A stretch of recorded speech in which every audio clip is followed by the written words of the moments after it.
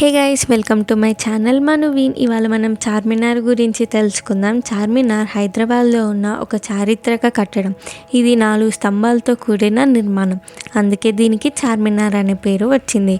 1591లో కుతుబ్షా వంశానికి చెందిన మొహమ్మద్ కులీ కుతుబ్షా నిర్మించారు. మీర్ మోమిన్ హస్త్రవాది దీని నిర్మాణ శిల్పి. చార్మినార్ని కట్టి 433 సంవత్సరాలు అవుతుంది. చార్మినార్ 4 దిక్కులు 4 పెద్ద ద్వారాలు కలిగి ఉంది.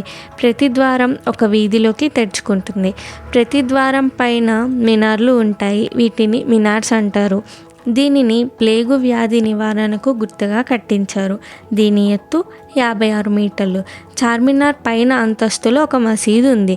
చార్మినార్ చుట్టూ లాడ్ బజార్ మరియు మక్కా మసీదు వంటి చారిత్రక ప్రదేశాలు ఉన్నాయి. చార్మినార్ హైదరాబాద్ నగరానికి ఒక ముఖ్యమైన చిహ్నం. Thanks for watching.